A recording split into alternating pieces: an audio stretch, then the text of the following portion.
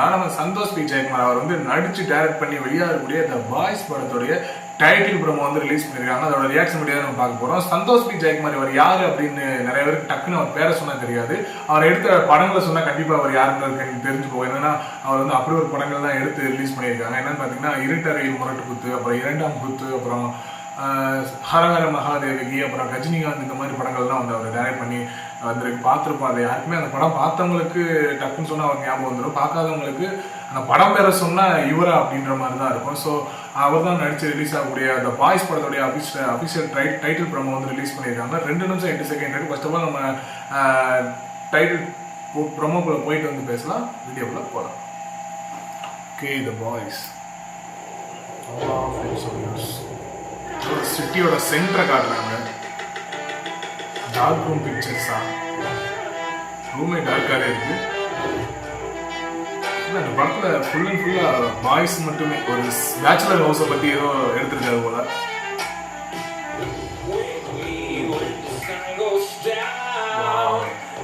நல்லா இருக்கு கேட்கப்ப, நல்லா இருக்கு கேட்கறப்போ ஒரு டிஃப்ரெண்டா ஃபீல் ஆகுது, ஒரு வைப் மாதிரி.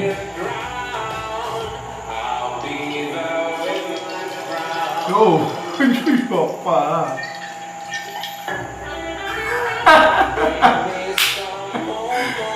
ஐயா என்ன கருமண்டா சாமி இது. ஐயோ இருக்கு நினைச்சிட்டாரு போலங்க. மூடியை போட்டு மூடி வைக்கிறாங்க. அப்பா பேச்சுலர் ஹவுஸ்னாலே இப்படிதான் இருக்குமா? மறுபடியும் ஸ்டார்ட்டா சரக்கடிக்க ஆளகிட்ட கொஞ்சம் கொஞ்சமா வாங்குறாங்க. இவர் இவர் தானே கோமாளி படத்துல இருக்கிறது தானே?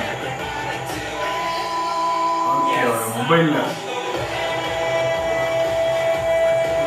புக்கு படிச்சுட்டு இருந்தாங்க.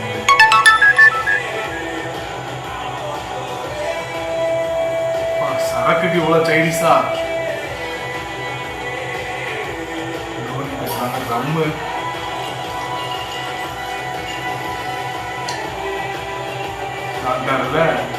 சந்தோஷ் பி ஜெயக்குமார்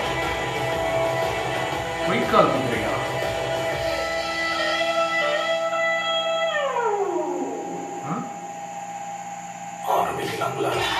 பாருப்பா, ஆமா அவர் தான். கேபி வினோத்குமார் இருக்காப்ல கோமாளி படத்துல இருக்கிற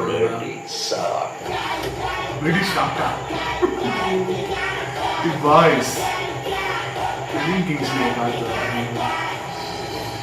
based on true incidents February 2024 release ஆகுது.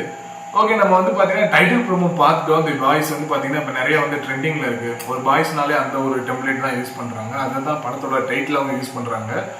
ஒரு டிஃப்ரெண்டா இருக்குங்க. ஒரு பேச்சுலர்ஸ் ரூமை பேஸ் பண்ணி இந்த கதையை முழுக்கமே எடுத்திருக்காங்க போல இருக்குது. எடுத்தோடனே பார்த்தீங்கன்னா ஒரு ரூம்ல வந்து பேச்சுலர்ஸ் நைட்டானா ட்ரிங்க் பண்ணிட்டு அப்படியே மட்டையா இருக்க மாதிரி காட்டிட்டாங்க. ஒருத்தர் மட்டும் எந்திரிச்சு அந்த பீர் பாட்டில் எம்டிக்கு பீர் பாட்டில் யூரின் போய் வைக்கிறாரு. அதை அப்படியே எடுத்து ஒருத்தர் இருக்குன்னு நினைச்சு பிரிட்ஜில் வேற வைக்கிறாரு. அது என்னன்னு புரியல. திருப்பி அகைன் வந்து எல்லாத்தையும் காசு கலெக்ட் பண்ணி போய் சரக்கு வாங்கிட்டு வந்து உட்காந்து சரக்கு அடிக்க போறாங்க. எப்படி இருக்க போகுதுன்னு தெரியல.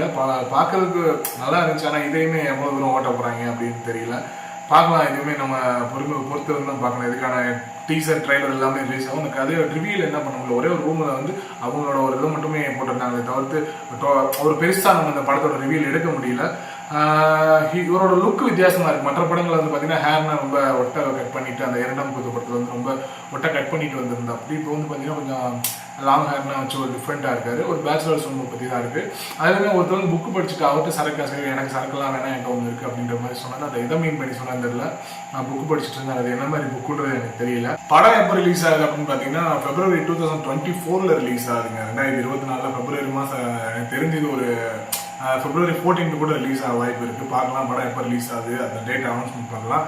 லாஸ்ட்ல வந்து பாத்தீங்கன்னா அவர் வந்து சந்தோஷ் பி ஜெயக்குமார் அவர் என்ன பண்ணாருன்னா ஆரம்பிக்கலாங்களா விக்ரம் டைலாக் சொல்லியிருந்தாரு. இவர் அந்த கோமாளி படத்தில் இருப்பார் இல்லையா, அவர் வந்து பாத்தீங்கன்னா பிளடி ஸ்வீட்னு சொல்லுவாங்க. அதுக்கு பதிலாக அவர் வேற ஒரு வார்த்தையை சொல்லியிருந்தாரு.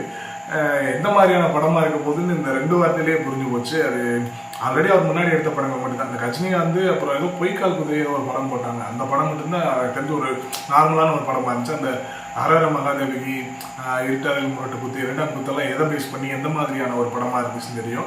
எனக்கு என்னமோ அந்த 2 டைலாக்ல இந்த படமும் அந்த மாதிரி தான் வரும் அப்படின்ற மாதிரி தோணுது.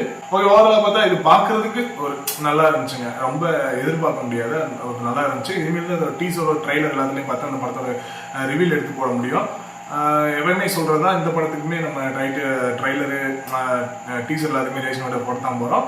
அடுத்த ஒரு ரியாக்ஷன் வீடியோ வெயிட் பண்ணலாம். பாய்.